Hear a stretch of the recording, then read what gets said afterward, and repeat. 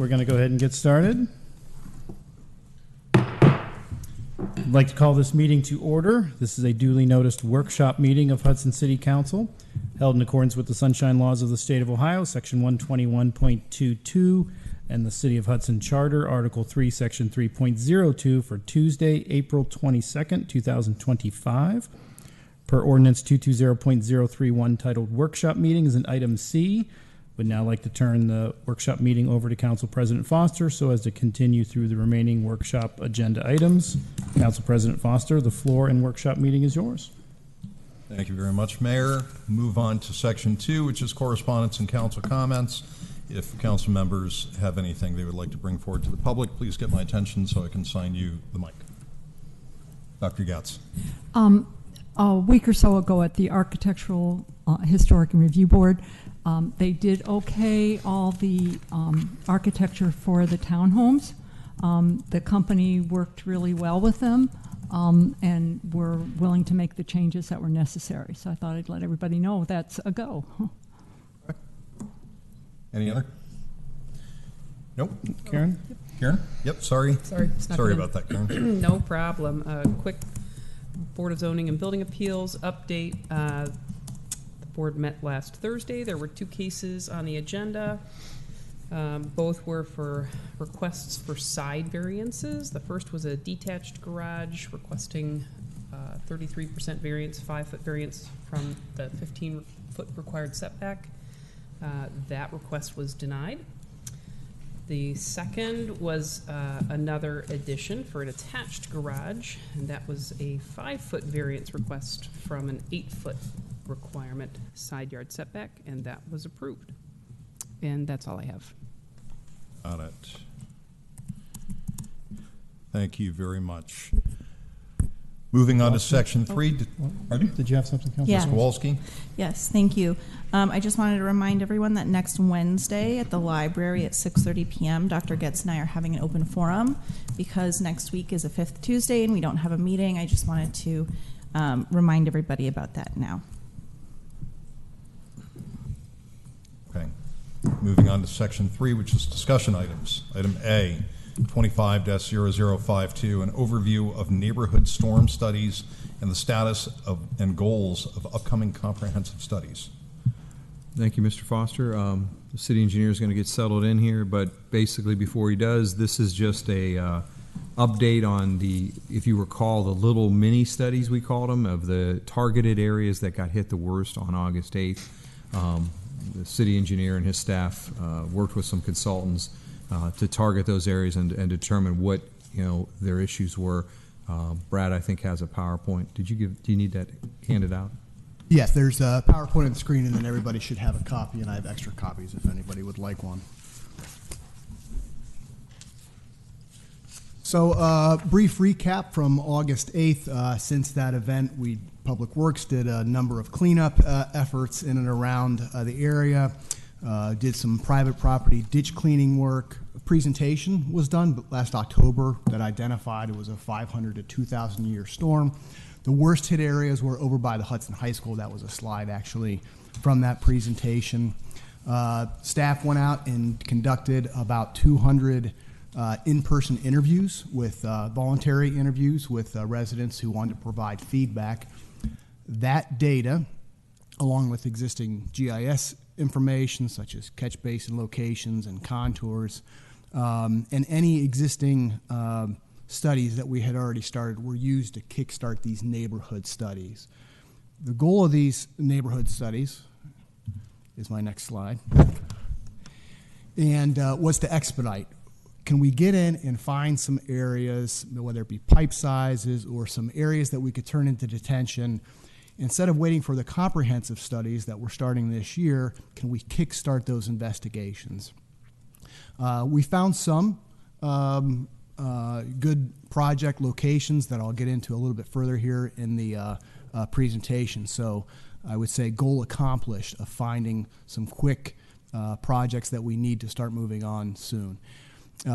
Use existing GIS data, use existing hydraulic model data, and we focused on, in these studies, we focused on undersized storm pipe segments or opportunities for storage in open spaces. In the packet is a map of those studies. They're the kind of colorful blobs you see on the screen there. We certainly didn't study every single neighborhood. I'll talk about why these particular locations were chosen right off the bat.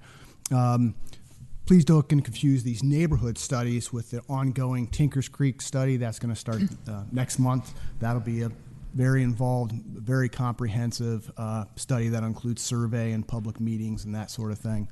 The Brandywine Creek Watershed Study update will happen later this summer, and that's down towards that orange blob in the historic area.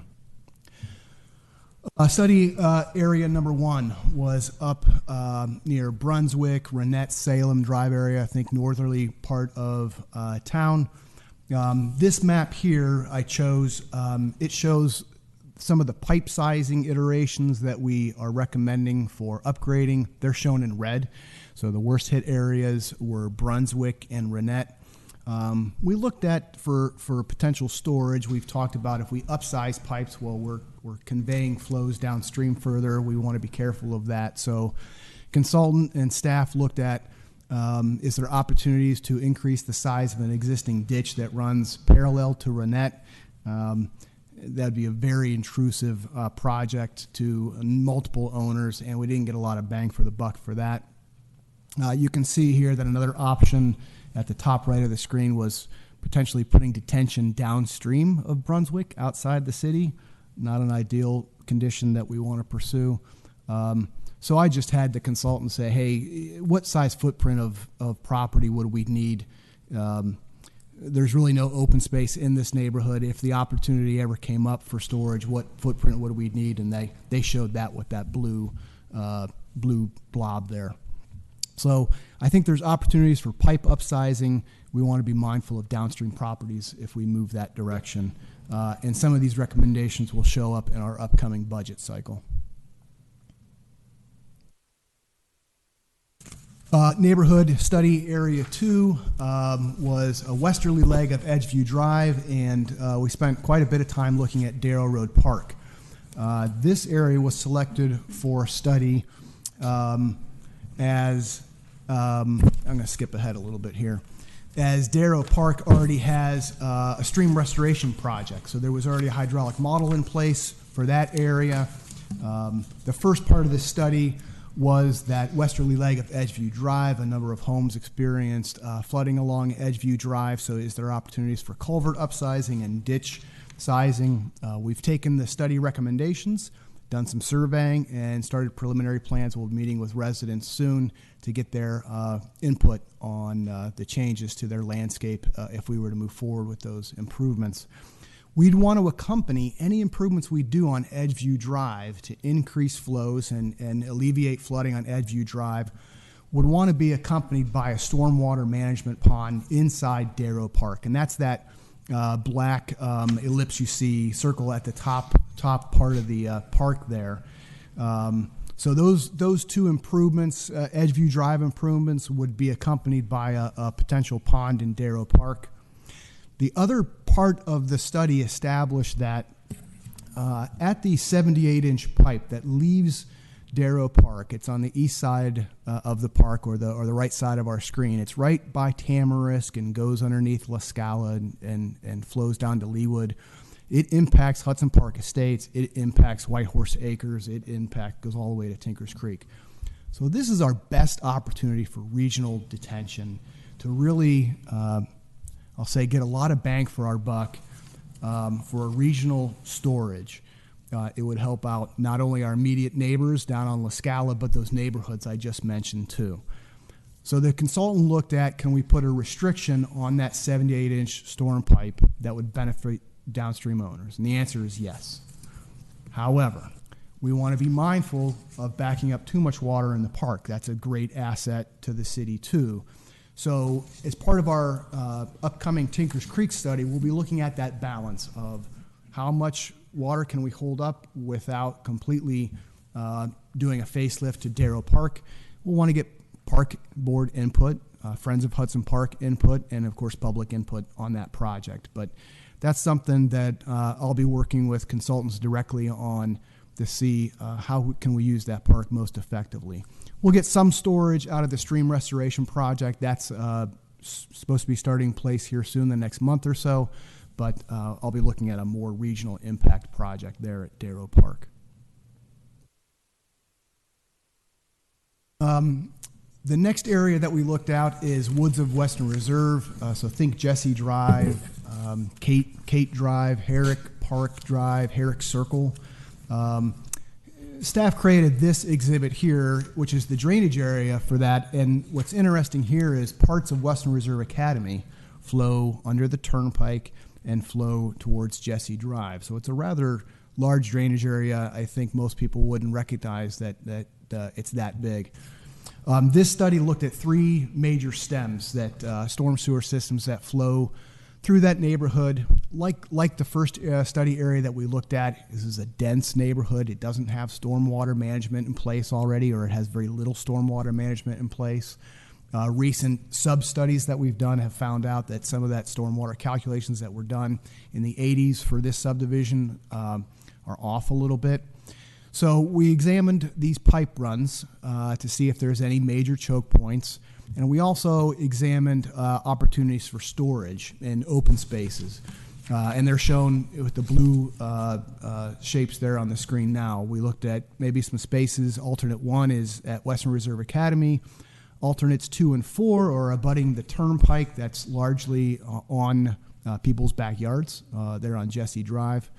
And then there's some other unique spaces that we looked at downstream of Herrick Park Drive and at the westerly section there off of, I believe that's Jonathan Drive over there. And we did look at, there's a pond on Herrick Circle if there was any benefit to upsizing that or opportunity to do that.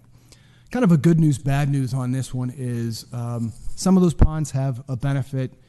The benefit is really to the immediate downstream system. There's not a lot of benefit, for example, doing alternate 1. It would help the folks right down on Jesse Drive, but we didn't see results, benefit results down at Herrick Park Drive or Herrick Circle. So this one will be a little bit tougher one to remedy.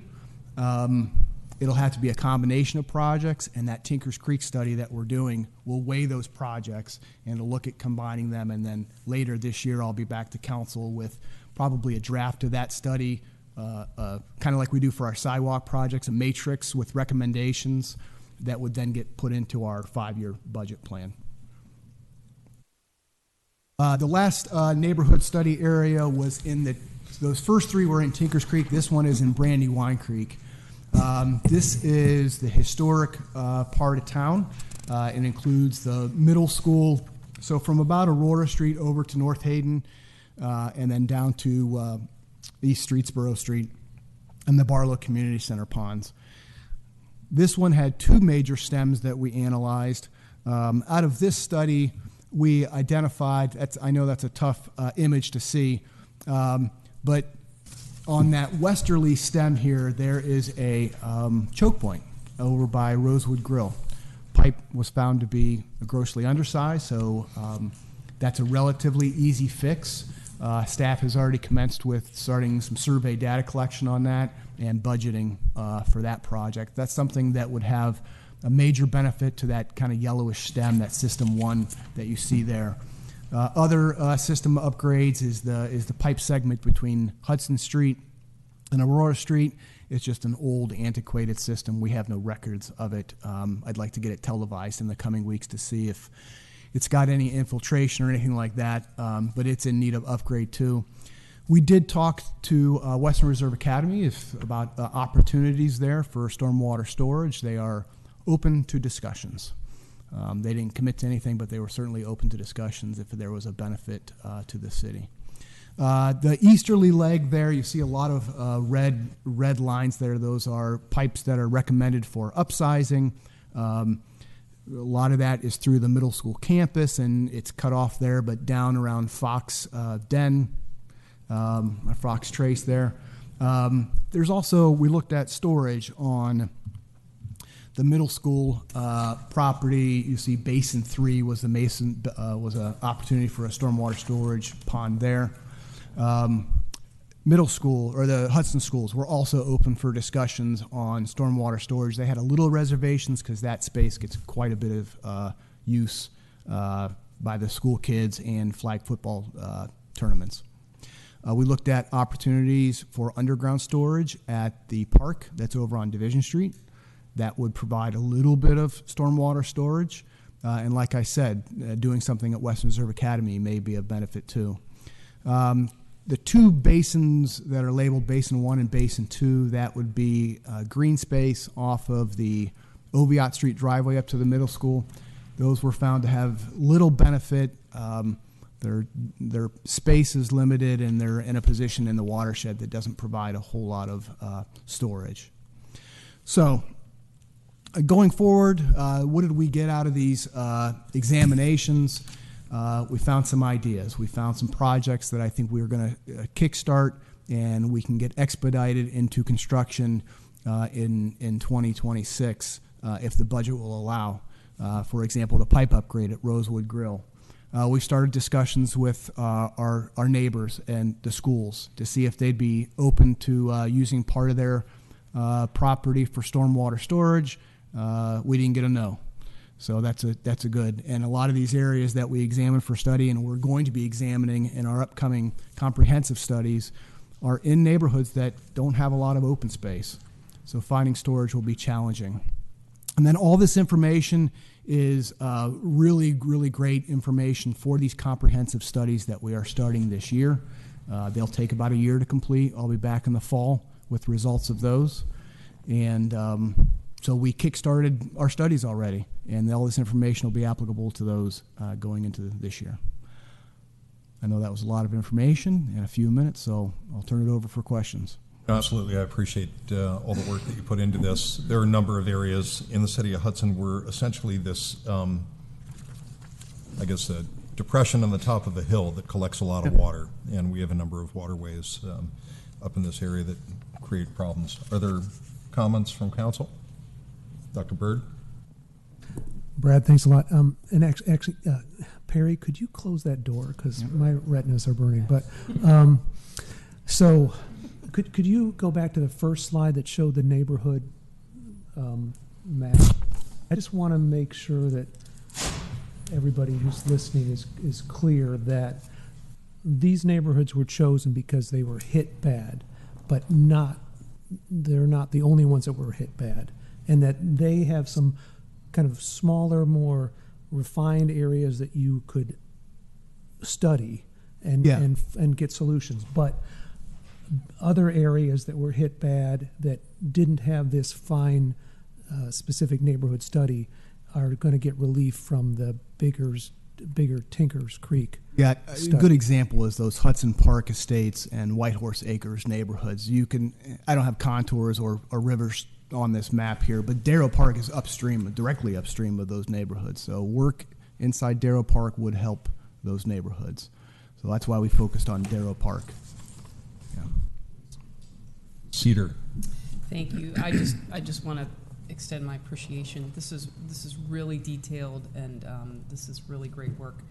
And it's interesting, the Rosewood Grill parking lot in the big flood of 2003, that was all underwater, and it's so you're finding things that have been around for a while, and we're coming to resolution or find ways to solve these bigger problems. So I just want to commend you. Thank you. Really great work. Dr. Getz. So the water that comes down to Rosewood Grill, it comes up from Western Reserve Academy, correct? Yes. So enlarging that will be helpful, or will that area still get inundated with water?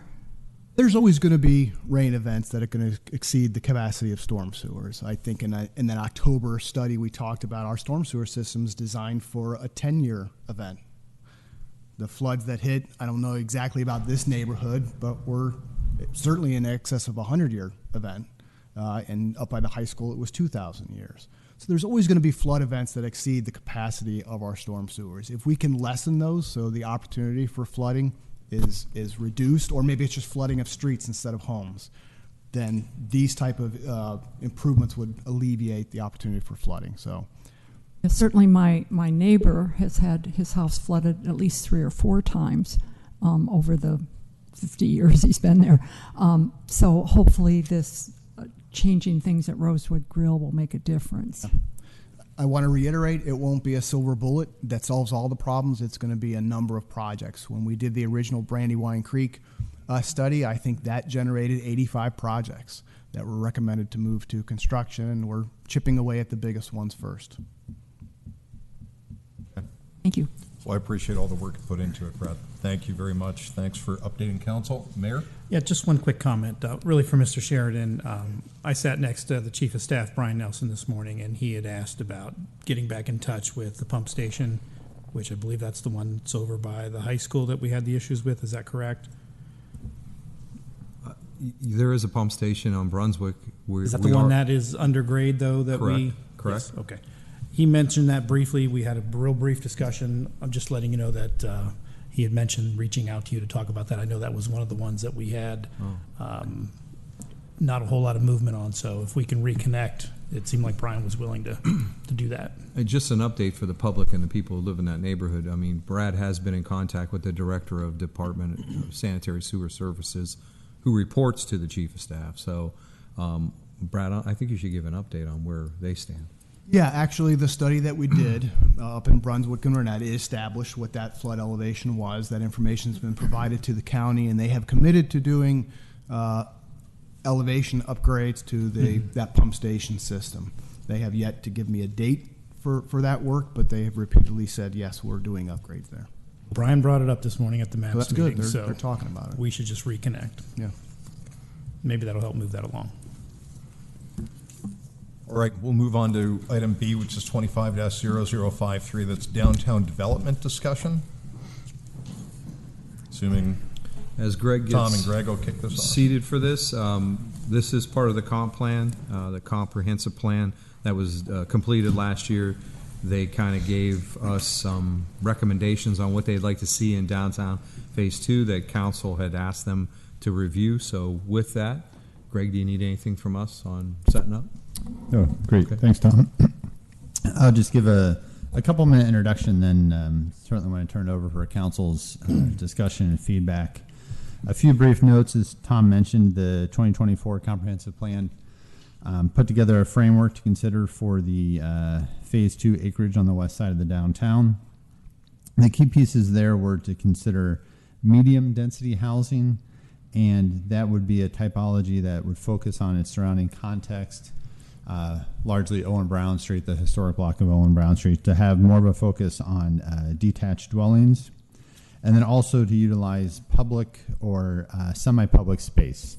And that was not fully flushed out in the comprehensive plan, I think intentionally to leave open for some other ideas. This could be active green space, this could be more developed indoor space, but that it is space that is accessible or available for use by the public community. So what's before you? We had a good team effort with Katie Benke, Nick Sugar, Emily Fernandez, and myself, looking at some ideas, and then Emily Fernandez did a great job of putting together some concept plans of just kind of that high level, just to generate some discussion, not that only one of these or not that blending of these can't be pursued. But the first concept on the public open space is a public park focus, and then as you step up to a little bit more intensity, it could be a community facility. This could be for large gathering spaces, winter farmers markets, special events, weddings and family events, and then step up to a little bit more intensity would be that community facility plus something like a market hall, where you might have a large gathering space, multiple small food vendors, outdoor patio and garden areas. And then on the housing, we also showed 3 concepts. The first being 20 to 30 units approximately, and limiting that to the area shown for housing within the comprehensive plan. And then in concept 2, there's a slight increase that looks at about 30 to 40 units. and it repositions the housing to be in a more advantageous part of the acreage due to some wetland and low area restrictions. And then the third area shows a next step up, looking at 40 to 60 units of housing, repositioning that acreage as well, although it still captures about 11 acres of residential land. Same acreage as a comprehensive plan, but it repositions it to be more towards the southeast of the acreage to avoid some wetland impact and some stormwater management areas and low areas. And then the two other pieces for reference, additional piece talked about internally, and we may have mentioned briefly with council, one consideration to implement this project. First and Main was targeted by recruiting a developer at the very front end of the project, and that worked out to be a very successful project. But based on past efforts with this land, one option might be for the city to take a more active role, for the city in essence to kind of be the developer on the front end, hire and establish the plan that you want, even take that through planning commission through the preliminary phase so that a project is more defined, and then recruit a developer to implement what's already been established. So that was one recommendation or consideration before you. And from a staff standpoint, three key things that certainly would help for staff guidance would be confirming council's interest in advancing the comprehensive plan at this time.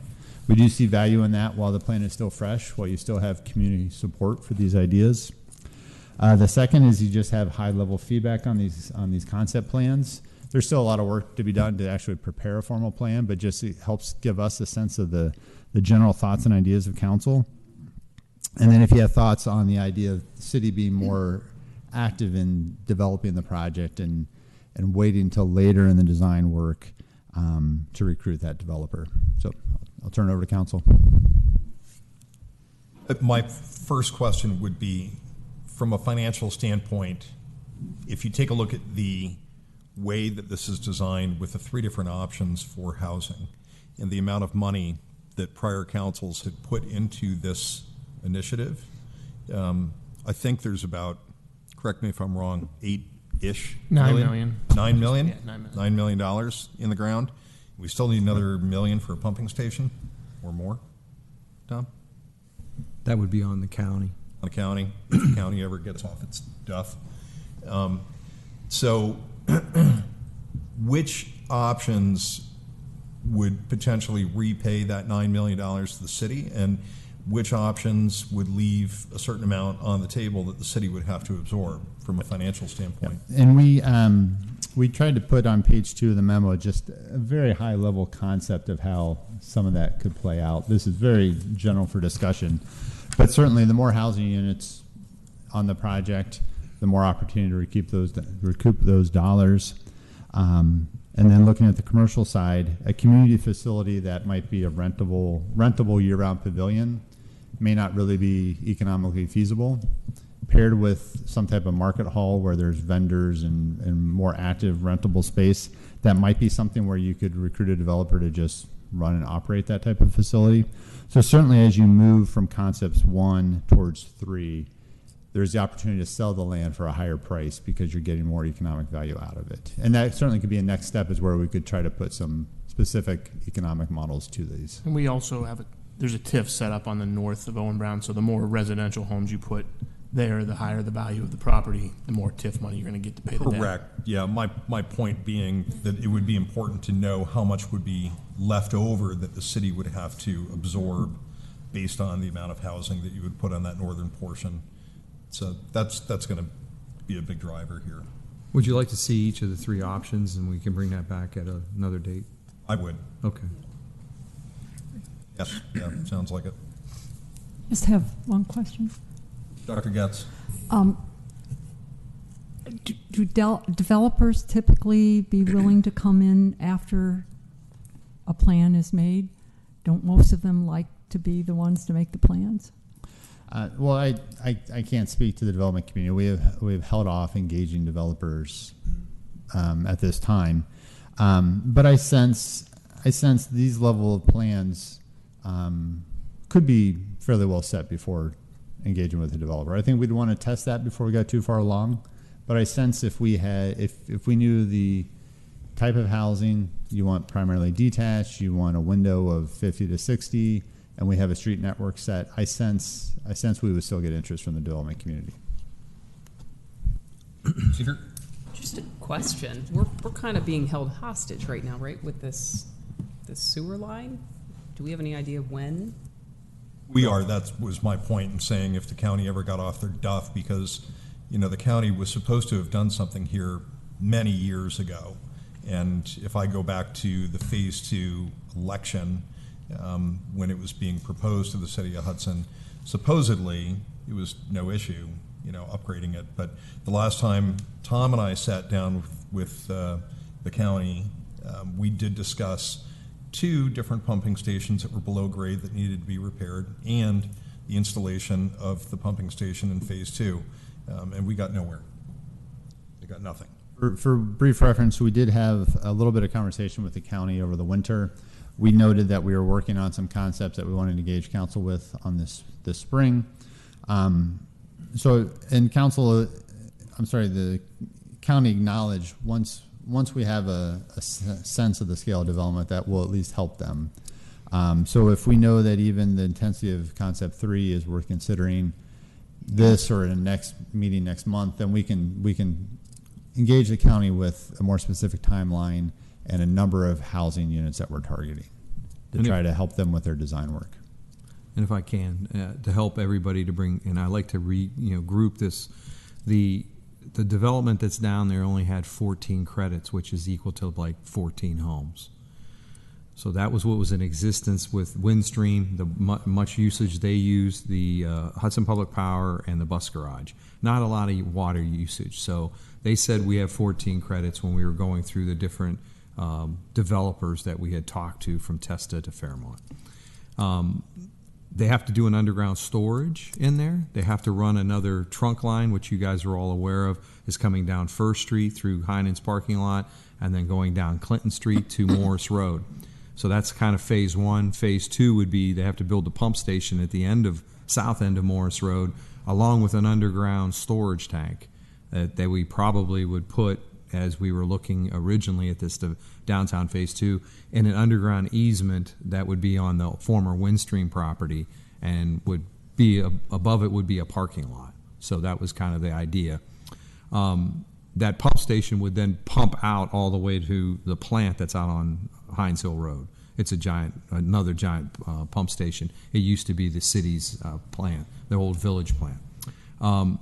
When we no longer went with the first design or the second one, the county just said, we're more than happy to work with you guys, but we need to see a plan get brought up that's approved for this area with, as Greg just said, the number of homes. You know, what are you guys putting here, so that they know on how to build it. So again, that's what the chief of staff talked to me about years ago, at least a year ago, that they're more than happy to work with us, but they don't know what we're building yet. So the first step in this, as you might all recall, is we went through 2 developers, and back to Dr. Getz's statement, we went through 2 developers, and basically I thought it would be a good idea to maybe take a plan that council wants, the city wants, put it through planning commission, and then market that out to developers to see if they want it. What are you building? We're not the builders. Greg and I are not developers or anyone else on my staff, but we would seek the advice of either developers, a group of real estate people, and consultants to determine what would be the best type of housing that would go there, what's hot on the market, what would this community building look like, or whatever council decides to put on the open space. So that's kind of where we're sitting on this entire thing. I'm happy to answer any more questions about it, but the county will move as soon as they see that we put something through planning commission and we could start a dialogue with them. I think what we said was we'd like to see a financial plan as well, though. We'd like to see the financial impact. Ms. Kowalski. Yeah, so I have just a little bit of feedback on this. I think as a council, the last plan that we saw, if I remember correctly, and I don't want to put words in anyone's mouths, but in all of these plans, this top row, it reminds me of that, and I think that was something that we didn't like, where everything was like exactly. I mean, obviously, this is probably just an initial drawing, so I don't know, but that kind of struck me as being very reminiscent of that, and that was something that I think as a body we didn't prefer. Definitely because of the TIF, I feel like concept 3 is better, but it feels a little bit packed in tight, and I would love to see in the neighborhood area like a pocket park or something. You know, if you're preserving that area in the top left corner for stormwater management, could we make that like a water feature, something, you know, a little bit more that includes that pocket park, take away a lot or two. I'm not sure what the answer is, but it just feels really packed in tight there. But I like the idea of the indoor market hall, and I know there was one resident, and I really hope she's watching right now because I'm sure she would be so excited to hear this. But so the indoor market hall, that seems great. You know, some kind of outdoor dining patio space next to the green space. There's like a picture of a beer garden there. I feel like that would be a huge draw. I feel like that would support our restaurants and things like that that we already have in the downtown area. The community facility, the notes you have here don't really feel fully fleshed out. You know, it says reservable event space. I don't know that the city should be competing with any of the event spaces that we already have in Hudson, like the country clubs, the one over on Georgetown, or the barn. So I don't know that I'm a big fan of like an event space of that nature. I feel like the community event space, I'd like that to be thought through a little more. Something like a very small senior center, I could see that being a nice addition. I like the idea of the co-working space, but again, those co-working spaces are, you know, a business that we've seen in Hudson. So just some initial feedback. I think this is cool. I like that you guys have gotten so creative with this. I do question whether a developer is going to want to jump in and pick up our plan. But, you know, if we can find the right partner, I think that would be a great idea. But something like concept 3 with maybe like a pocket park or something is sort of where my head's at. A brief note, that's very helpful feedback. A couple things I probably should have mentioned. The project that went through Planning Commission was before you for the development agreement in 2020, had 102 units. So even concept 3 is roughly half as many units as what was proposed back then. Certainly some additional focus on park design, public pocket parks. Also that northeast corner of Owen Brown and Morris is a 1 acre city owned.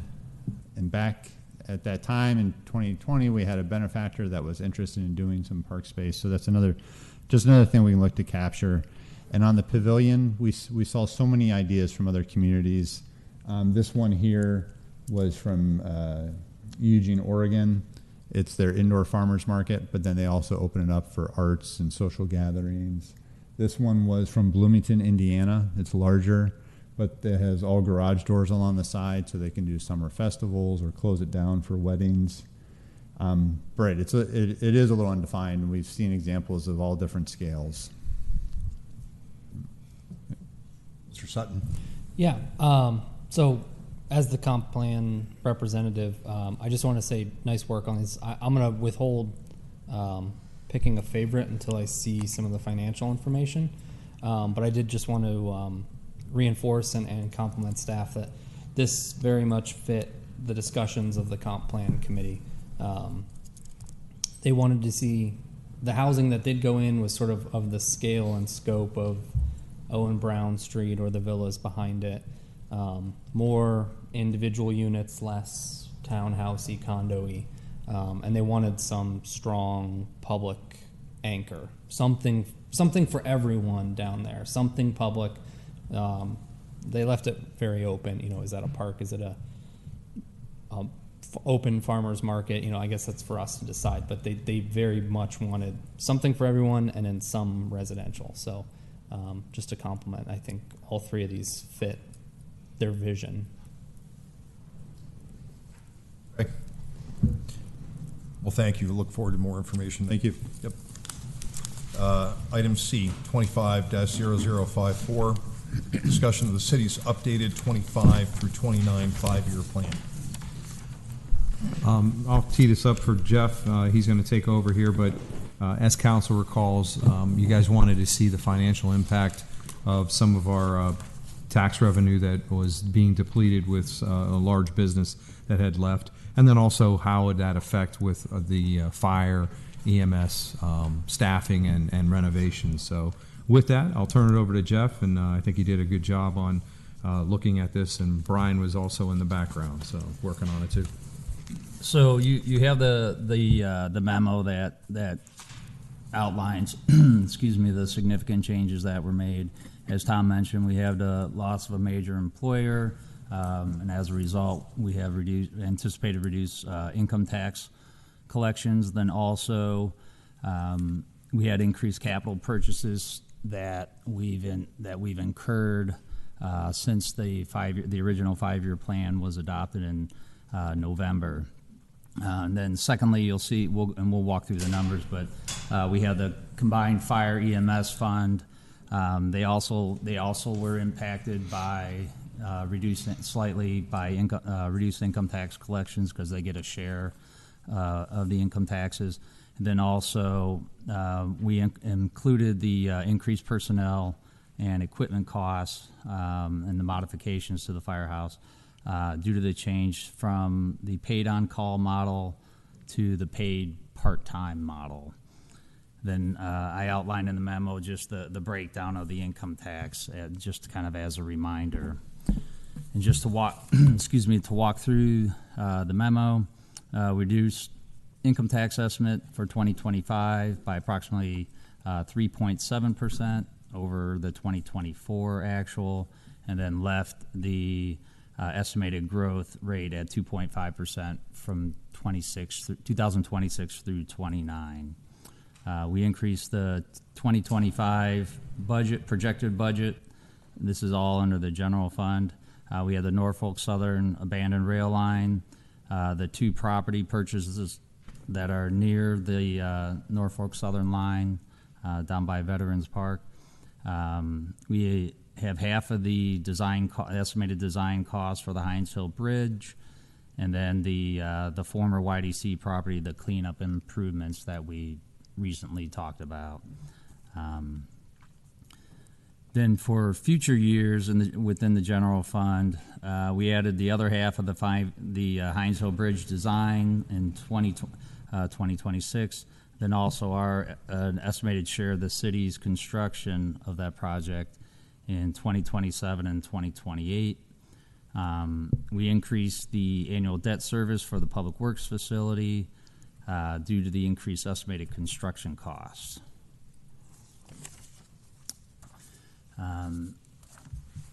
To help balance out the general fund as a result of the impact of the income tax and the additional capital items, we adjusted the amount of transfers to the 3 different funds that rely on the general fund. They had fund balances and excess fund balances in those funds, and so I was able to reduce the amount of the transfer that goes to those funds without depleting them.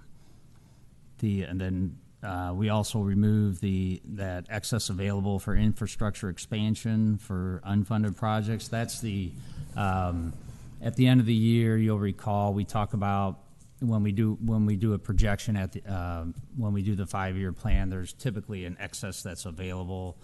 And when we did the original 5-year plan, each of those years we had an anticipated excess that was available, and you'll see I just zeroed those out. And the goal was to get as close to the 40% carryover within the general fund as I could. So that was kind of the ultimate goal.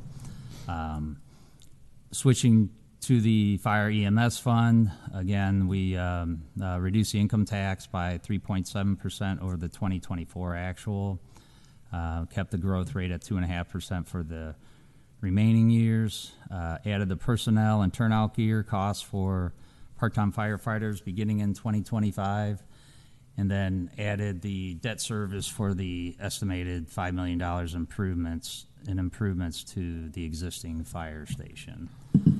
And then just a couple of fairly high-level observations. The general fund ending balance ratio falls below 40%. Not significantly below, but it is below 40% without any changes, additional changes to the plan. And then, importantly, very importantly, the fire EMS staffing model is projected to cost an additional $1.1 to $1.2 million per year, which will, and if you look at the 5-year plan, you see it decreases that fund balance significantly from 2025 through the end of 2029. So. Yes. Yeah, Tom asked on the fire EMS, the staffing, it was the personnel plus the debt service on the improvements. So those numbers combined. And then you have the amended 5-year plan in front of you for the general fund. The first page is the revenue, and I highlighted the income tax numbers. And what we did is we showed the original estimate versus the revised estimate, and just kept side by side, so you can hopefully easily see what the difference is year over year. We left everything else the same for right now. On the next page on the expense side, I have highlighted the additional expenditures. You'll see the land purchases, the Heinz Hill Bridge, and the YDC expected expenses. And then further down, what I referenced a couple minutes ago, that excess available for infrastructure, you'll see we had projected some excess available, and basically I zeroed those out. If you look, jumping to the bottom, the ratios, you'll see what in the kind of the pink or salmon color, those are the revised numbers, and you'll see they're below 40%, but not terribly below. They're in the 36. You'll see at the end of 2025, it's almost 37%, 38%. So it's in the upper 30 percentile in terms of the ratio. And then the last page you'll see is the combined fire and EMS fund. I have highlighted at the beginning of 2025. You'll see we had about $8 million. These are the two funds combined. And then in the lower right corner, you'll see it drops all the way to about $2.6 million over the 5-year period. And down below, in the footnotes, talks about in number 2, the hybrid fire model that we've talked about with the 2 part-time. I won't read it all for you, but you can see with the part-time fire employees for 12-hour day shift during the week, 3 part-time firefighters and 1 part-time for 12-hour night shift each weekday, and then 3 part-time and 1 supervisor for each of the 12-hour shifts on the weekends. And so we took those numbers, took those hours, estimated the pay rate, all the benefits and so forth, all the matching that's required, plugged all that into the 5-year plan. And I meant to, if you look on line 28, you can see starting on line 28, when I say line 28, it's number 28 on the left-hand side there. That's where you see the hybrid fire personnel, the turnout gear, and then line 31 is the debt service on the building repairs. And then the last bullet, we had originally talked about building a new fire station. That is not that's been eliminated from this plan. So, and then the one thing going back to the general fund that I did not mention was the general fund. It currently does not include an outdoor swimming pool. We had that in there, and we've talked about that, but given and you can see the numbers for the fire and EMS fund, given that an outdoor swimming pool is a long-term kind of permanent commitment. So before we plug that in, wanted to have this, at least at this point, it's not in there, wanted to have a conversation about how do we deal with the, especially on the fire EMS fund with the declining fund balance. So. Hey, I think everything that you put together is an important discussion, and it really highlights the fact that despite what some people would say, funds within the city of Hudson are not unlimited.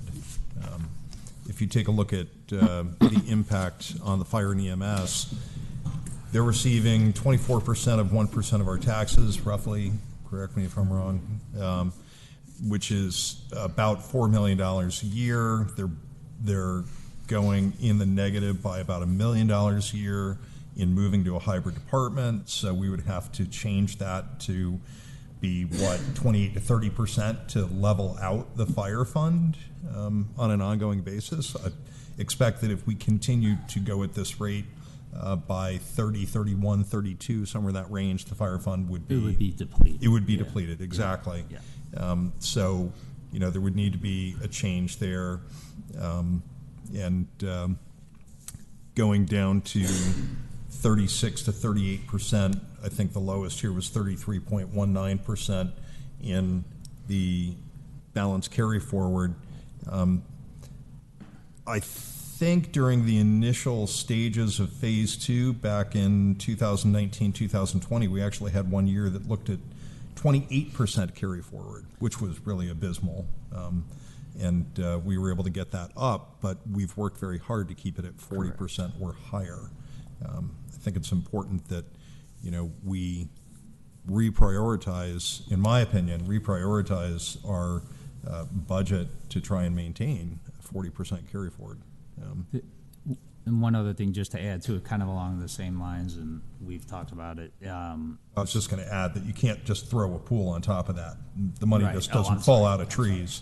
So Sure. go ahead. No, I was just going to say the one thing, and I mentioned reducing the transfers. So from those other funds, always had a reserve, if you will, and so when like our road fund, for example, when throughout the year we'll come in and something will be over budget, by X number of dollars, and we'll have enough money to absorb it and not take away another project. We won't trade if something comes in $200,000 over estimate. We don't go, okay, now what $200,000 project are we not going to do? Or are we not going to perform? We've been able to absorb it, and what this is forecasting is that cushion, if you will, it's just not there. We need to make some, at times make those hard decisions as to, what projects or purchases. Yeah, the impact of Joanne alone is not enough to have a huge impact in the city.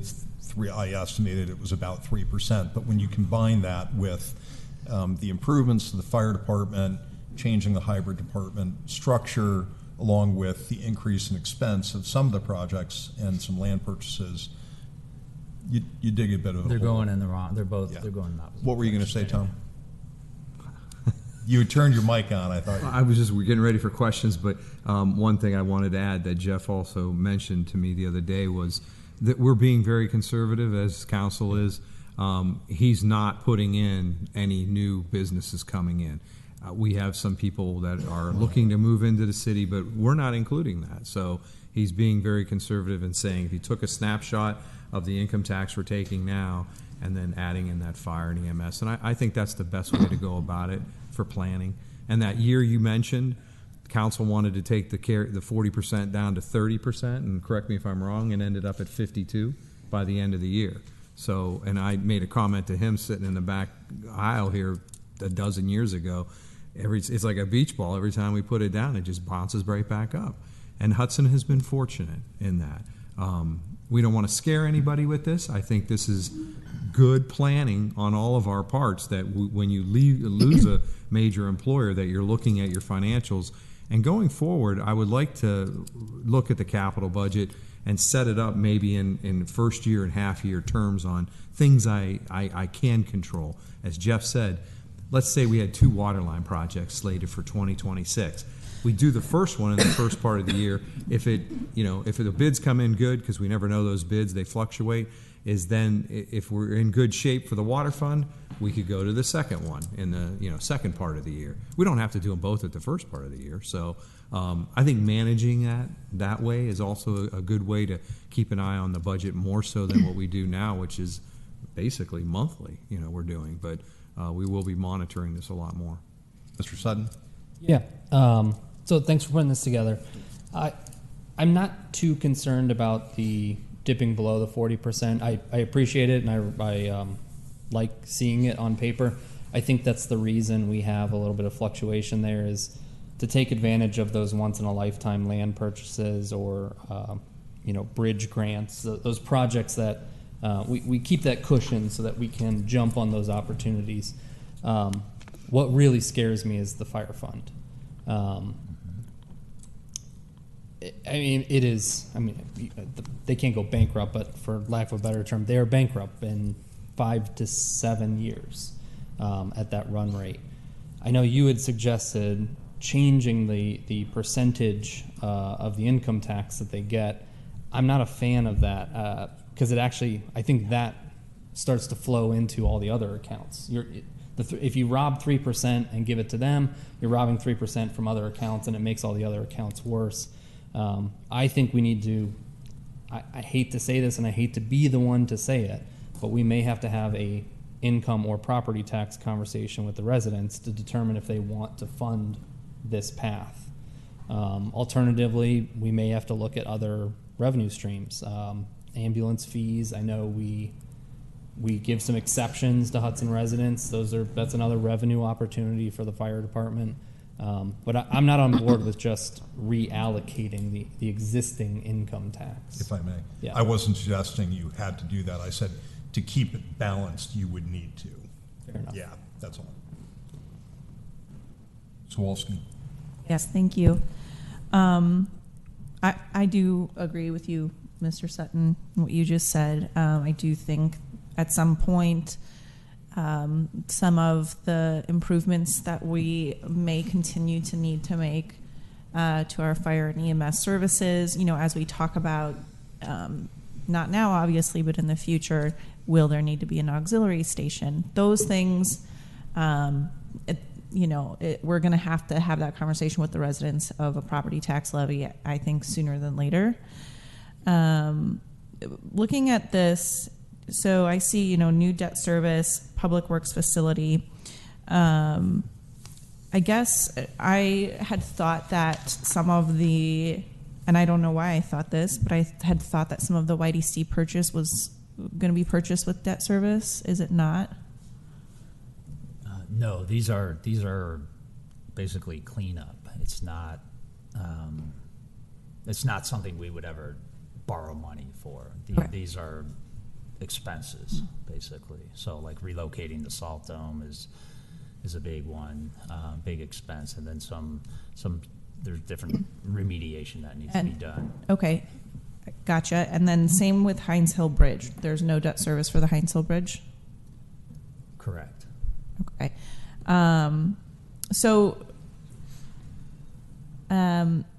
Looking at this, I also am not super concerned if it dips below that 40%. I do feel really hopeful. I know how hard you guys work at the city, Katie Banke, on that economic development of attracting new businesses to Hudson. Can you remind me, Jeff, what number in terms of contributing to income tax? Like, we've had our top 5 contributors. Where was Joanne's on that list? Like, what number? They were either, as long as I've been here, either, which is almost about 25 years, number 1 or number 2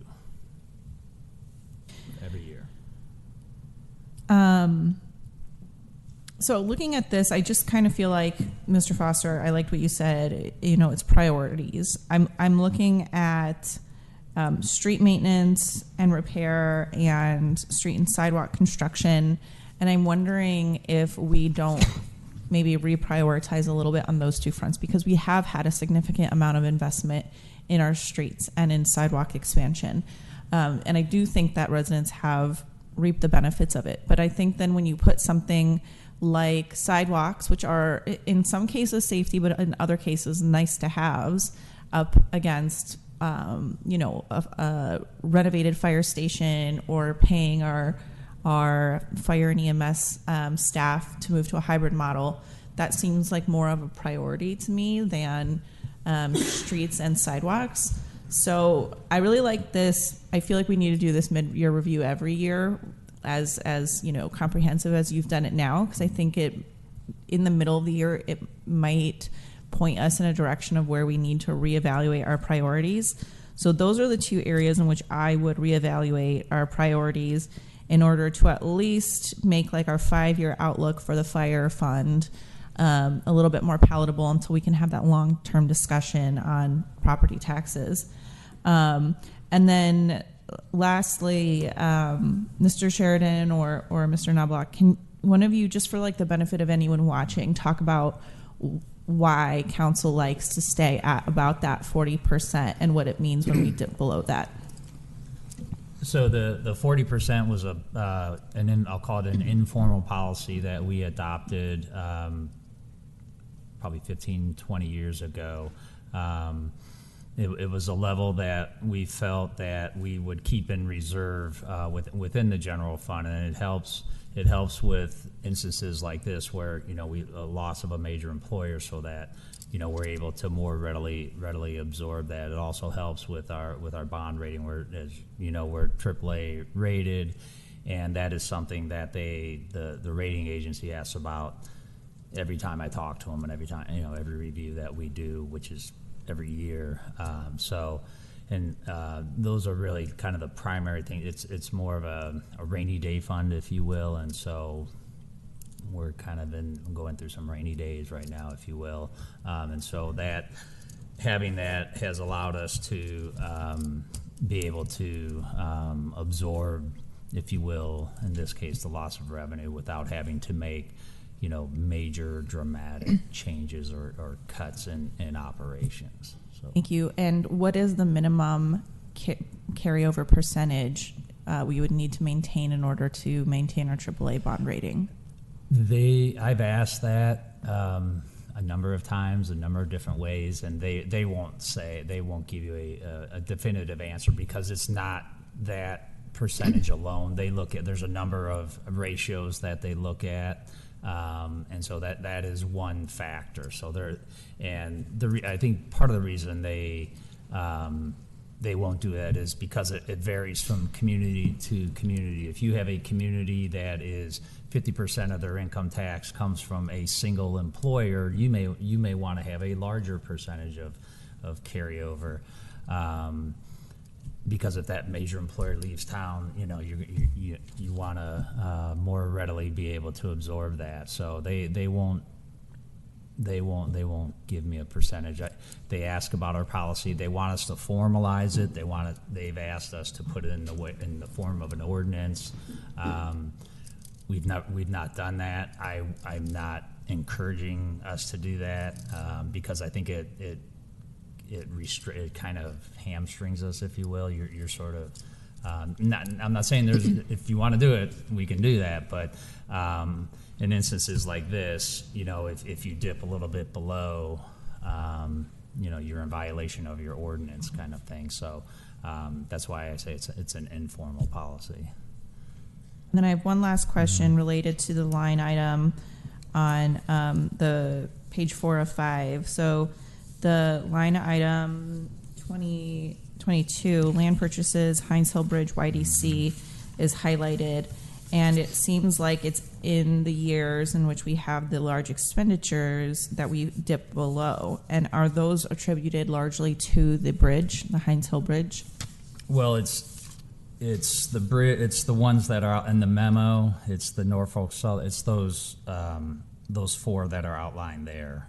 The Norfolk Southern Rail, the Stokes, or the properties over by Veterans Park, the Hinesville Bridge, and also the YDC cleanup.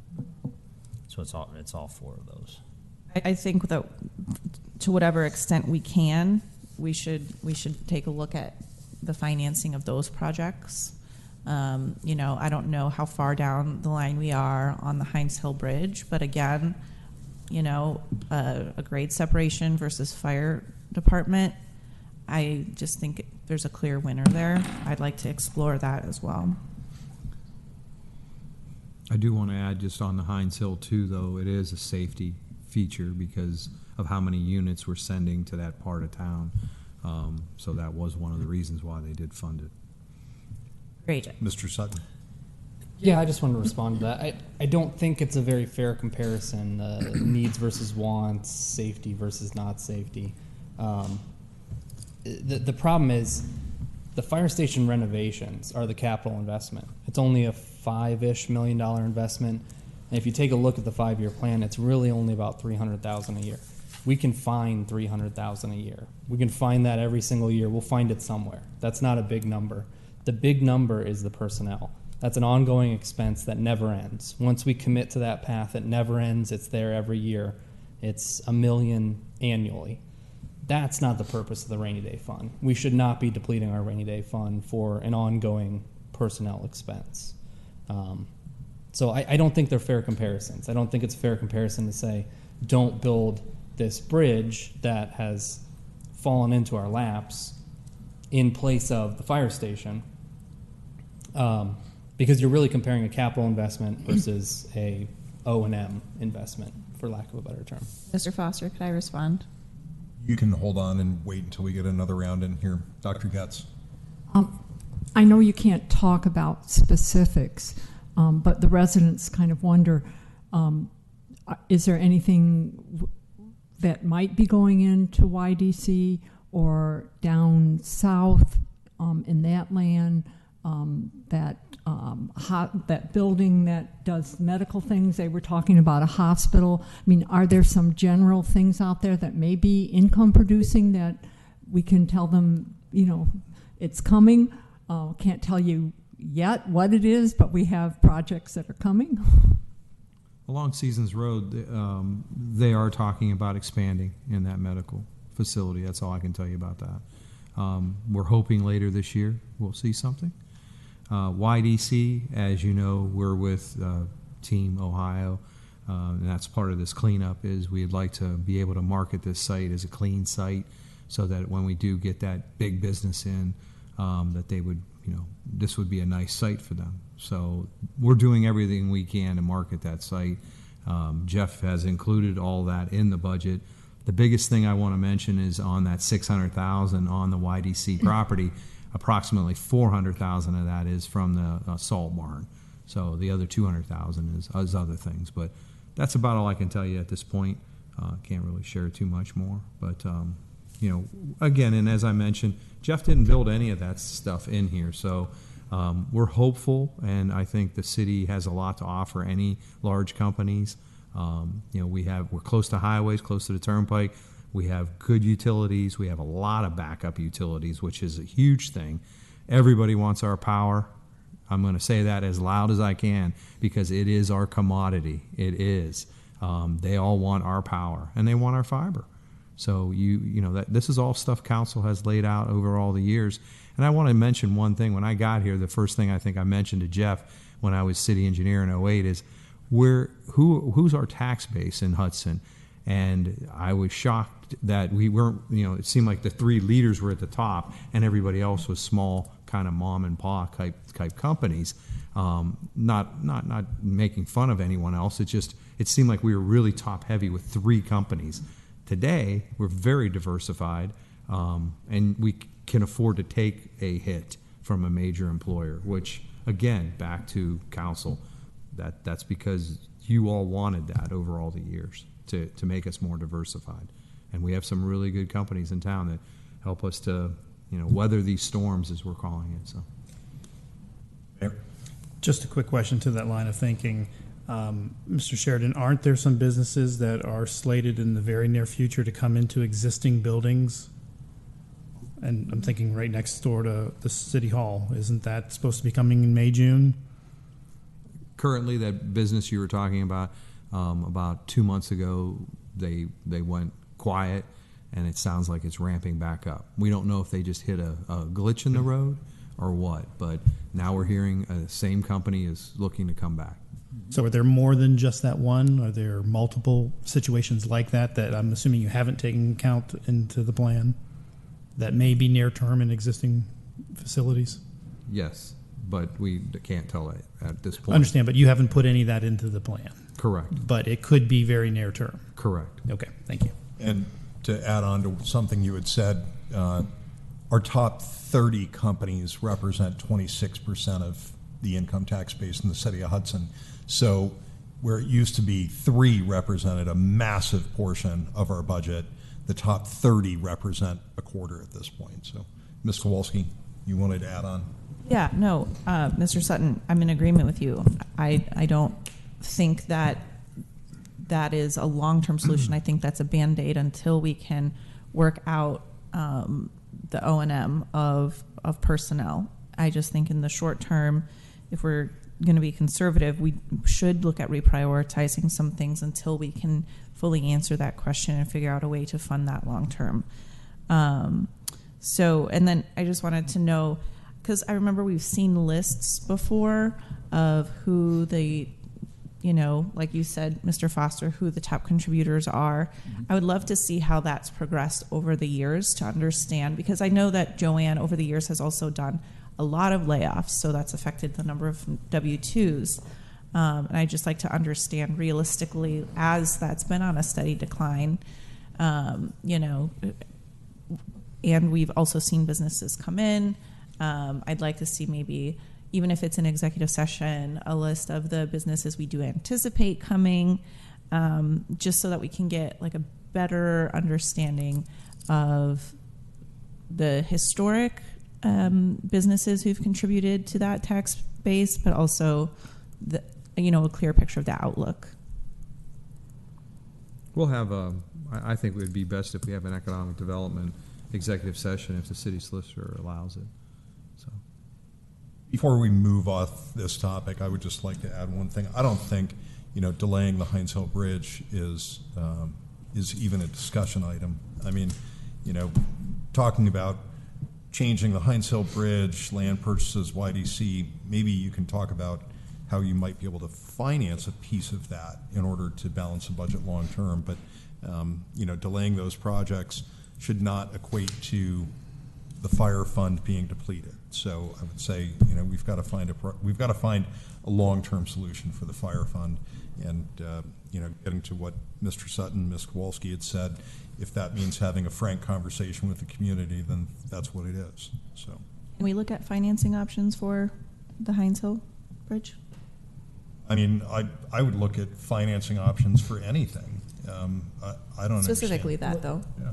One thing we have to be careful in the financing is, and we talk about our debt ratio. We're going to be exceeding the we're going to. Right, that's another. Yeah, that's another. We do not want to. target. We do not want to over leverage ourselves. It's like your mortgage at home. You don't want to borrow too much, and now you can't afford your groceries. So. Which is part of the reason we have chief financial officer rather than counsel getting into the weeds. So it's on you, Tom. Dr. Getz. I know everyone mentioned property taxes, looking at that, but I think we still should look at income taxes, especially for people who don't work in Hudson but live here. No, I think a property tax is a much better structure for what we're trying to fund, which is we're protecting folks' property. So property owners should be paying the tax. Rather than bouncing back and forth, Mr. Sutton. Just that thought. But I did have a question. If we have to have that ballot discussion with the residents, does anybody know what our cutoff date is? What I don't want is to find ourselves in August, September saying, gee, I wish we would have put something on the ballot. It's like August 5th. Yeah. Can we 90 days before? Can we make an agreement that we'll decide before that cutoff date if we're going to put something on the ballot? I think we should. Dr. Getz? But remember that property taxes hit seniors the most, and we have a significant senior population in our town. that are on fixed incomes. And so going property taxes, I don't know if that is good and fair to that group. It seems to me that the fire department is funding everybody in the community. Your income taxes are disproportionately impacting people, whether they're working in the community or outside the community. If you're funding fire, you're looking at a community-wide infrastructure expenditure, which impacts property. So I'm sorry, I disagree with you. Tom? If everybody's done commenting, I just kind of wanted to get a roundabout here. One, the first question I had was sidewalks. I've always considered, as Mrs. Kowalski mentioned, and I'm sorry, I'm a civil engineer, I know they provide safety, but would council entertain, of anything in our budget? And I want the public to know that the city of Hudson operating, which is our staffing, is not fat. We are not overstaffed. We have a person who resigned a week ago, and I told the directors and my staff, as we do with everybody, let's reevaluate that position. Let's see if we need to hire that position. Let's see if we can absorb that position into other people's workloads and throw them some more money without overloading them and making them want to leave also. But we don't have a lot of overstaff. We did look at the staffing when we were doing all this, and it hasn't really come up tonight. The sidewalk program that we have is so robust, I didn't know if we were thinking ever of just scaling that back in the next 5 years. That would be my first kind of question of the easiest low-hanging fruit. Jeff mentioned the rec center. I guess after this, I want to know from council, do we want to pursue the rec center? Because I was getting ready to start a study. Do you still want me to start that study based on what you've heard here tonight? Or do you want me to wait for a couple months to start the study? Looking for some answers regarding the sidewalks. I don't think the sidewalks have an impact in the fire fund. I think that is a separate issue. But if we are concerned about going below the 40%, which it didn't sound like the majority of council was very concerned about it, I agree that the sidewalks are the easy thing to push back. You and I discussed, a couple $1 million going over 80 on Prospect. People in the northwest quadrant of Hudson can go down Hunt Club rather than jumping over the Prospect Bridge, saves a couple $1 million in the short term. Things like that are really smart decisions without having a huge impact on the community. So I'd like to visit the sidewalk conversation, see if in the short term, if we can balance this a little more. As far as the rec center goes, I'm not really open to having a study or spending money on a rec center right now, given the fact that we've got to address a fire fund that's going to be going to zero in 7 years, something like that. So I'm not really interested in having that discussion. I'm kind of in the same boat. As much as I know we got traction on the rec center, I think I'm not saying cancel, but I think that's the thing we should pause right now.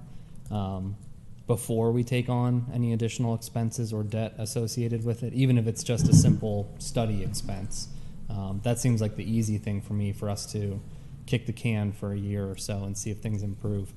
I don't want to cut back on the sidewalk funding because, again, going from 40% to 36% carryover doesn't particularly terrify me. And that funding is different than the fire funding. It's not the same, and to me, they don't intermingle. Mr. Byrd? So what you're saying, though, I guess with the concern is the fire fund in and of itself, the fix for that is pretty much just increased revenue. And it's not a tax increase, then that increased revenue is going to come very, very slowly. So I don't know if, I don't know if we want to say we're not going to talk about the rec center for a year or two. I think we should just put it on hold for now, but see what changes in the next 3 to 6 months with regards to additional employers or anything like that. Yeah, just set it to the side and address it when you feel like you can pick it up as an issue. Yeah, Ms. Kowalski. I have a question for staff. So what I'm hearing you say is sidewalks is the low-hanging fruit, but then what I'm hearing up here, it's a different fund. It wouldn't make a difference in our carryover balance, which is really the root of what we're talking about here. We're not necessarily saying we can't do fire. We're saying we are concerned about the fire fund because of the carryover balance and the fact that it's going to be basically, as Mr. Foster put it, bankrupt in 7 years. So can you explain to us then why the sidewalk fund and maybe pulling back a little bit on sidewalks is actually a short-term solution that we could explore? Well, I guess I was looking at the sidewalk fund as, sidewalks aren't existing right now. As Mr. Foster has mentioned, there's a $2 million bridge going over Prospect Street, over the turnpike, on Prospect Street. That would be a big help to finance if, just again, back to the carryover. We weren't sure coming in here if council was going to be absolutely we're not going below 40%. I think we've had that discussion. The sidewalks are the low-hanging fruit. Of all the things we do in this city, from our safety forces to our operating, to our capital, to our fleet, and all the equipment we get our staff to do their jobs, ordering salt. The last thing I see in every budget is, the sidewalks. And that's been that way in my entire career, for any city I've ever been in. But again, if that's what council wants to do, I'm fine with it. I just need to know this is the time we have this dialogue so I can get this feedback. And you all know I don't like staff wasting their time and us sitting in a room going, I don't know what they thought about that and what they thought about that. So that's why I ask these hard questions now. Hopefully I answered your question. I mean, it doesn't have to do with the fire fund. I just wanted to know how in the past, where did the 40% come from? It's like it was a comfort level for a previous council, and it's been here since I've been here, so it's over 18 years. Last but not least, I don't want to get off the subject until I ask these questions, but as you all know, I have to start interviewing firefighters or not. I need to know, and maybe you don't want me to know yet, but when will I know when we can start interviewing firefighters? When do you think council will want to start this hybrid model? I'm asking because we've heard the people coming in here, and council has asked us to do this. So again, I'm not trying to force you all. I'm just trying to say I needed to have two answers when I came out of here. Are we interviewing firefighters, and are we moving forward with the renovations? Which, by the way, since Jeff did this $5 million. On Friday, I did a hard press with the entire budget on the renovations and dissected the reports. And I think I spent a couple $100 on asking another architect to take a look at it, and that other architect found some money in there, sizable money, about $1 million. So we'd be down from 5 to 4 million. But anyhow, yeah, I think the hybrid fire department transition had two stages. One was coverage from 7 to 7 days a week. The other was 24/7 coverage. Mm-hmm. I think Mr. Sutton had asked for the financial model long term. I think that's important. If you're incorporating 7/7, 7 a.m. to 7 p.m., 7 days a week, the impact is quite a bit smaller than what you projected out over a 5-year plan, correct? I mean, the 5-year plan, you're looking at $1.1 million for 24/7 coverage. It was something like $600,000 for 7/7 coverage, correct? it was $900,000, I think, for the 24. He's adding at what, $300,000 in renovations. So it was about $900,000 with 1,112. And it was about 600 for the 7 to 7. I think we want to go through council one by one and get a nod as to whether we're going to bring these people on. Personally, I would say I would approve moving forward for the hire of people to handle these 7 a.m. to 7 p.m. 7 days a week, step one of the hybrid department. I would approve that because I think, we have enough time to solve bigger financial problems regarding the fire fund. That would be my decision. Dr. Bird, Mr. Sutton? No, I guess I don't agree. To me, the concern I heard from the residents wasn't 7A to 7P. It was 7P to 7A, the overnight shift, which the only way you get there is 24/7. And I would say we don't bring anyone on until we have a revenue stream that funds that. Cedar? I support it. Ms. Kowalski? I support it, and in fact, I support us moving towards the 7P to 7A sooner. I think we should be accelerating our movement towards this hybrid model as much as we can. But I just want to make one last comment on the sidewalks. I do not believe we should go to the residents to talk about property taxes or, put a pause on moving towards this hybrid model in any way until we've turned over every single stone. And in my opinion, if we're going to go to the residents to ask them to increase their property taxes to pay for this long term, we have to have had that conversation and looked at our priorities. And I think sidewalks is the place that we start. I don't see any way that we can go to these residents in good conscience and say, yes, we have overturned every single stone and we are here asking for more money. I think that we have to do that. Dr. Getz? I support having the full hybrid, especially in the evening. I know that we might be able to do some wiggle things during the day because there's already some staff there, but I think we should move as fast as possible for the 24/7 model. Regarding the sidewalks, just, my own final comment on that. Again, I would go back to what Mr. Sutton said, that the sidewalks are a build at once. It's not an ongoing expense. The hybrid fire department, that's a year over year. That's in perpetuity. Sidewalks, yeah, you can move them around like you and I had discussed. The Prospect Bridge, it's not urgent. In the budget, it's budgeted for, 27, 28, somewhere in that range. Budgeted for the what, bridge? Yeah. Well, the bridge would be built this year. Over Prospect. And we did bid it out. Well, the Turnpike bid it out, just so you know. They're going to redeck Prospect Street Bridge over the Turnpike and then build this one next to it. They got no bidders. Yeah. The Ohio Turnpike got no bidders. I've never heard that. We were looking at $2 million, and the fact is people aren't really going to be using that bridge until the Heinz Hill Bridge is built.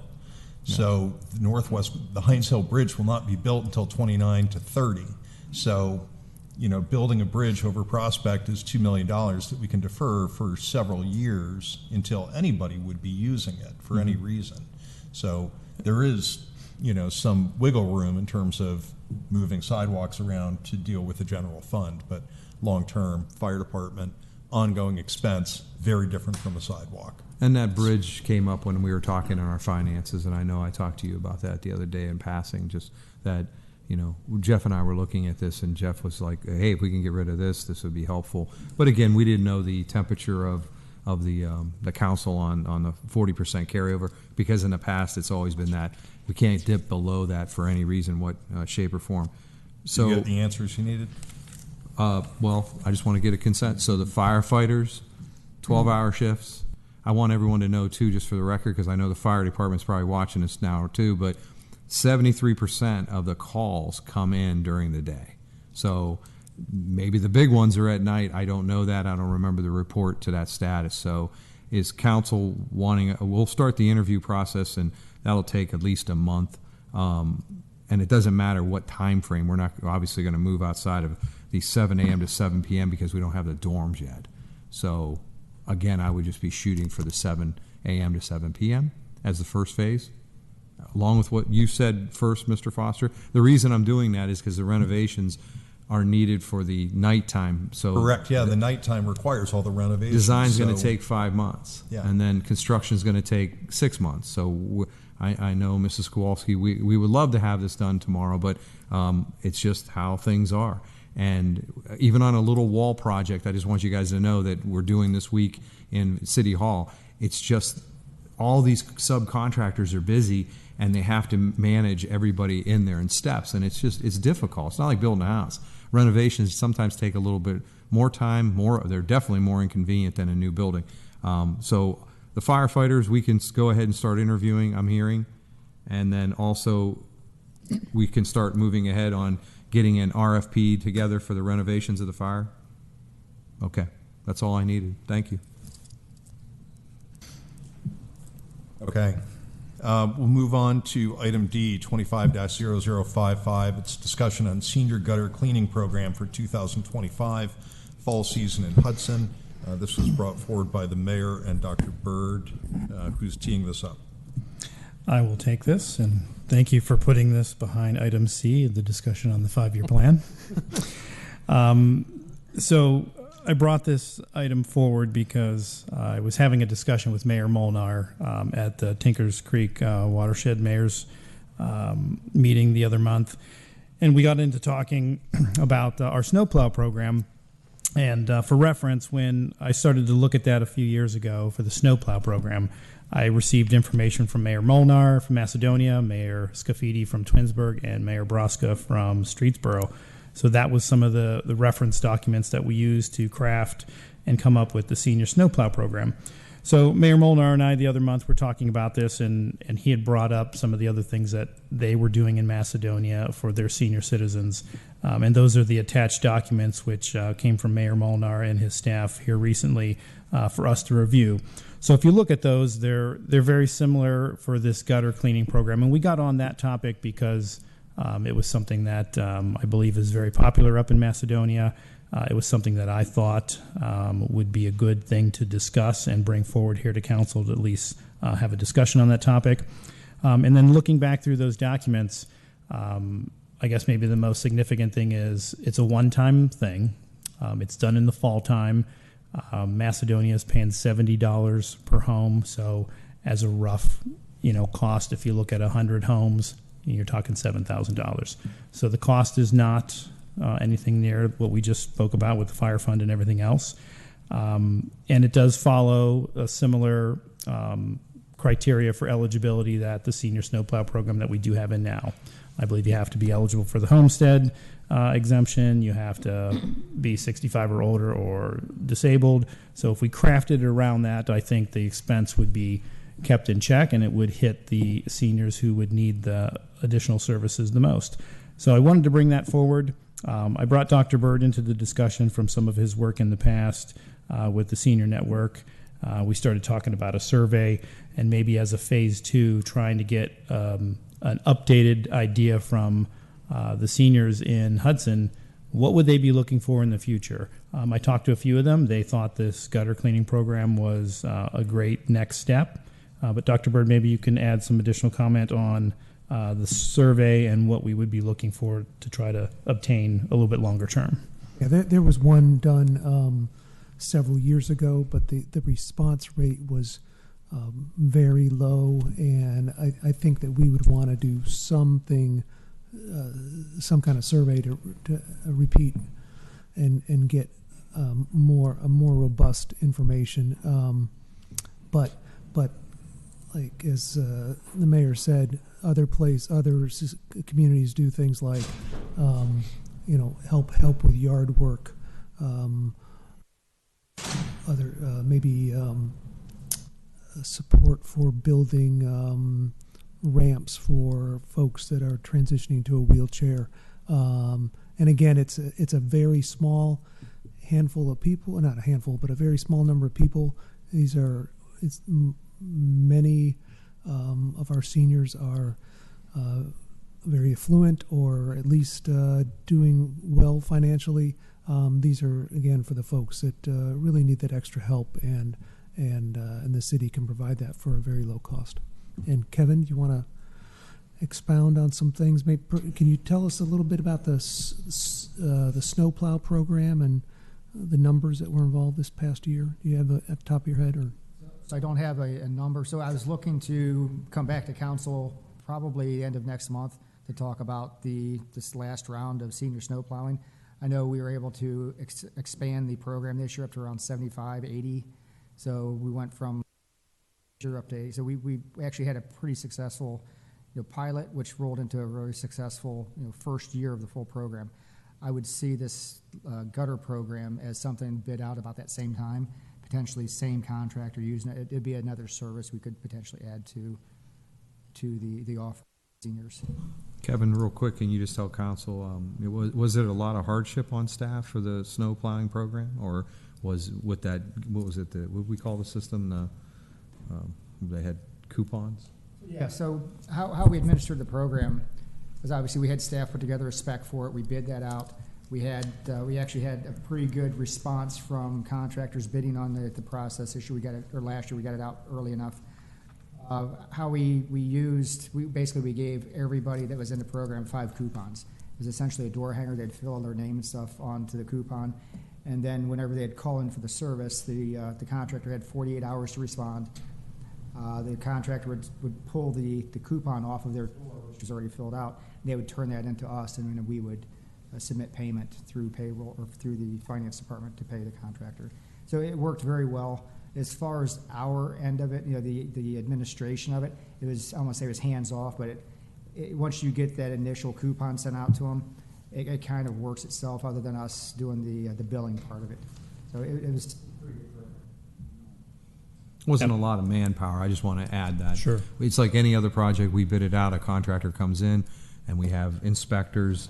Kevin's guys did some drive-bys to make sure that they were, doing some random checks on it, and the voucher system seemed to work really well. So anyhow, I just want everyone on council to know it was a successful program, and it really didn't take a lot of our effort. So, and I was just going to add that I think this program being a one-time service in the late fall would be.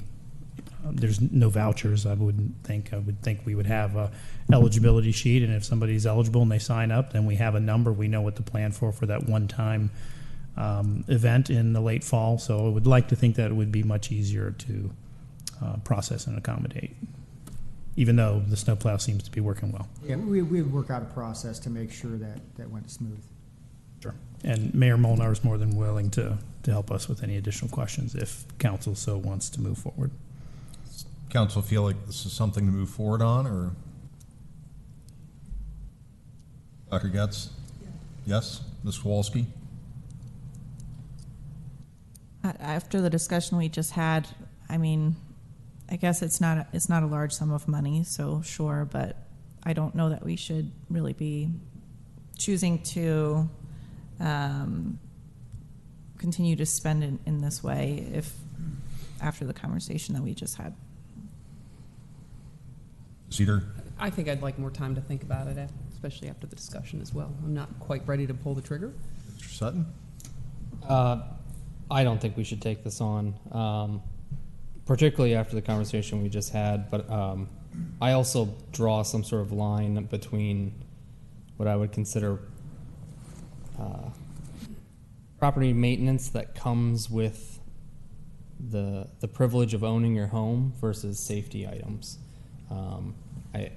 I don't have an issue with the snow plowing program. I view that as a safety concern for the seniors. I don't view this as a safety concern.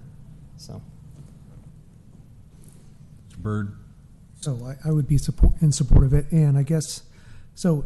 If I have limited financial resources and I need to clean my gutters out, and I'm older, and I get up on a ladder and injure myself, that becomes a safety issue for not just that person, but our safety forces as well. So, I tend to come down with the majority of council here that after the last discussion we had, I don't think this is a road that we should go down right now. I think, we need to, it sounds de minimis, but the reality is every single time you make a decision, it costs money, adds work. I think it's the wrong time. So I like it, just not now. Apologize, Mayor. I didn't mean to put him in that order, but thank you. Yep. We'll move on to section 4, which is the proposed consent agenda for May 6, 2025 council meeting. If you would like to discuss any of the items, please get my attention. Item A is a resolution authorizing the city manager to enter into a purchase agreement with Securitas Technology Corporation for the purchase of security and intercom system upgrades and declaring an emergency. yeah, what is this? Where do we have a $120,000 intercom system?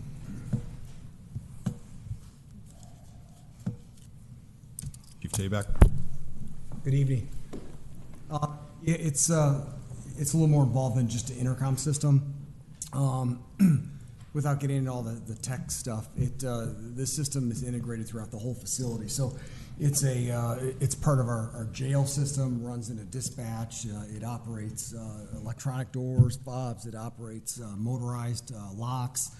It has monitors open doors if there's a facility door open to the jail or garage, stuff like that. So it's a very comprehensive system. It's been in place since the building was completed. It's about 23 years old. We had identified that the system was going to need either updated or replaced when we did the dispatch project probably about 6 years ago, but thought we could wait because the dispatch project was so big at the time. So we held off on that and ended up putting it on 5-year capital, and it's due. We've had a failure last year. It ended up costing us several $1,000s. Had another failure this year already. They're unable to even remote in to fix stuff at this time, and actually had to try and source some parts on eBay and stuff like that because it's so obsolete. it's your whole facility's physical security system. Yes. Okay. Yes. Okay. The memo for us just showed it as an intercom system. Exactly. Yeah. So I had some questions on that one too. Thank you for the description. Appreciate that. Item B, a resolution authorizing the city manager to enter into a contract for the purchase of one fleet vehicle for police operations. Just so council knows, this was a vehicle that was in a crash. So Yeah, this is not. We have 3 vehicles on order that we ordered at the beginning of the year that were scheduled replacements. This vehicle was totaled due to an accident. and it's an insurance, right? Yeah. Insurance is, good. Okay. Item C, a resolution authorizing the city manager to submit an application to and enter into an agreement with the Northeast Ohio Regional Sewer District for funding assistance through the NEORSD Community Cost Share Program for design of the Brandywine Creek Watershed Study Update. Item D is a resolution authorizing the city manager to advertise for bids and enter into a contract for the Tow Bridge rear yard drainage project with the lowest and best bidder. Item E is a resolution authorizing the city manager to execute a change order to the contract with Thompson Electric Incorporated for the construction services for the East Side Substation Transformer replacement project and declaring an emergency. Item F is a resolution authorizing the city manager to enter into a contract for the purchase of one fleet vehicle for public works operations. Item G is a resolution authorizing the city manager to enter into a contract for the purchase of one fleet vehicle for public work operations. Quick question on this one. The previous one specifically called out which vehicle we were replacing. Yeah. This one doesn't call out a specific vehicle. Up to $115,000. That's what yes. we see. So the 2 vehicles are being replaced. I believe they're both 2012 vehicles. One is for HPP, which is a 3/4 ton with a utility box on the back of it. The one for 115 is a tandem, or not tandem, but a dually plow truck. It's a small, like a 450 size plow truck. Plow on it. It's got a stainless bed on the back with a salt spreader. So we had originally had these vehicles. Originally we were going to purchase 13 vehicles. We had that approved. We've got 11 of those vehicles already purchased. 3 of those were the police officer vehicles. We were able to secure all 11 of those vehicles at a cost less than we expected to purchase them at through the state bid contracts and finding stuff on lots locally. These 2 vehicles, with cost increases and some of the other factors that figured into it, ended up over what we had budgeted.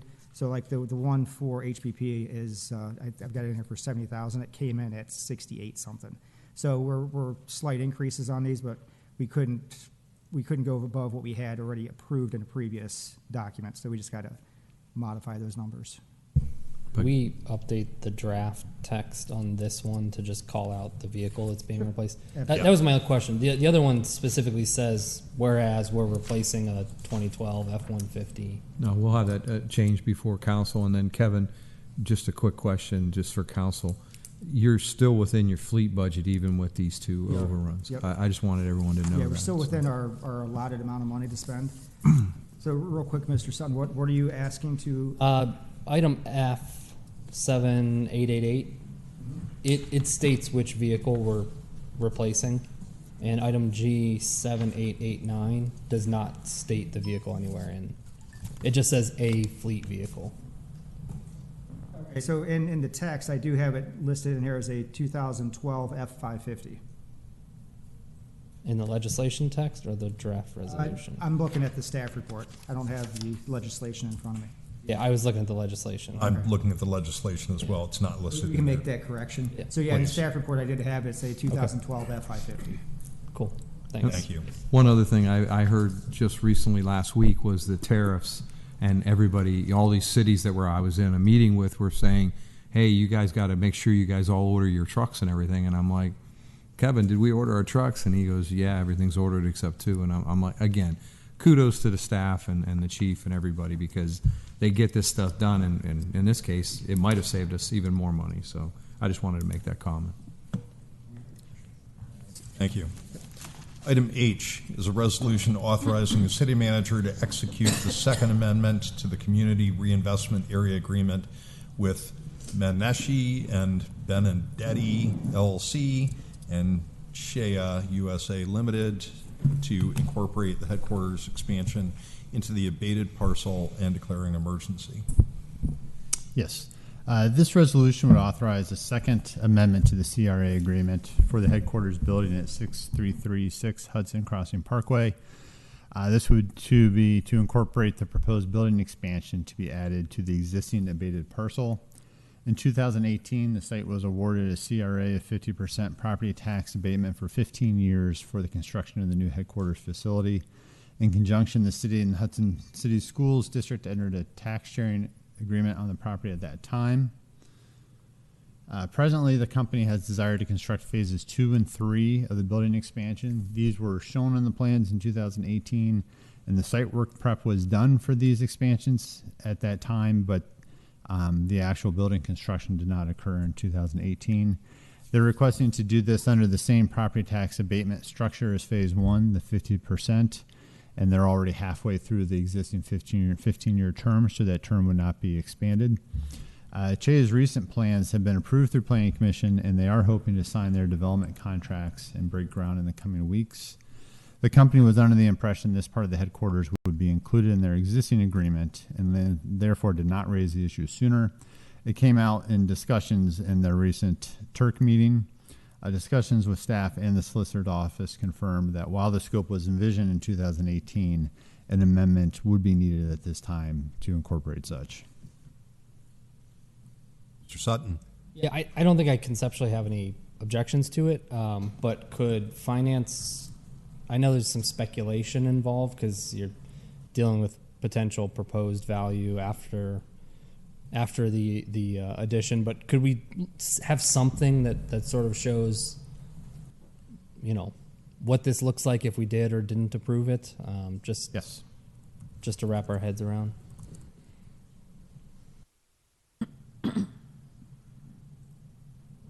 Thank you. Thank you. Section 5 is proposed legislation for May 6, 2025. Item A, 25-21, is an ordinance codifying the order and rules of a public hearing. It's scheduled for a third reading on May 6th. Mr. Sutton. There is an updated Exhibit A. It's dated 4/22.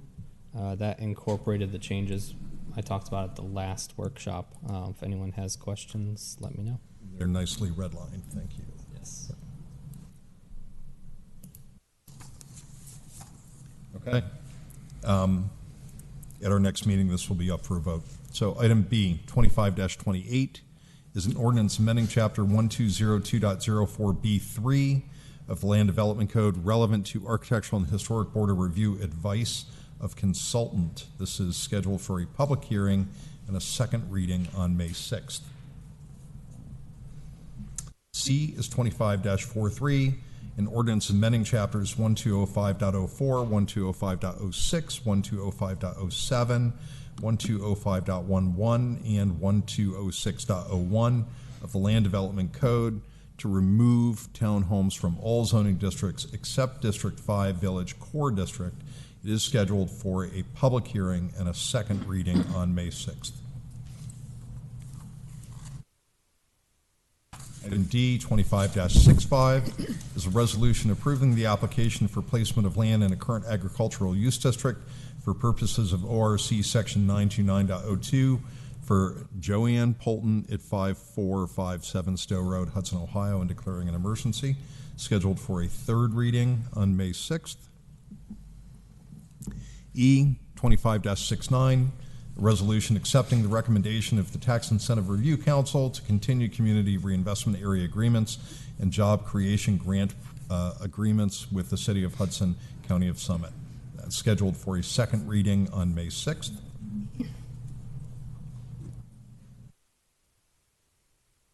Items to be added to future agendas. We have the following proclamations will appear on May 6th.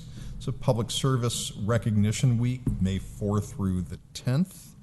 Item 2 is recognizing Senator Rogner for her efforts in securing funding for the Heinz Hill Bridge project and inclusive playground. Just a reminder to all, council is on leave next week. It is 5th Tuesday, so our next meeting will be May 6th. Are there any other items to add to future agendas? Dr. Getz. I wondered if we could add a proclamation for the Inclusive Playground Group that has spearheaded that and raised a great deal of money. So I'm asking if we could do a proclamation for that group. Mayor? I think that's something we can consider, absolutely. Thank you. We'll look at the details. Okay, appreciate it. Dr. Getz? Ms. Kowalski? Yes, so I would like to formally request that we have those conversations about both the sidewalks and what reprioritizing our investment in the sidewalk program would look like, as well as a discussion about the finances surrounding the Heinz Hill grade separation.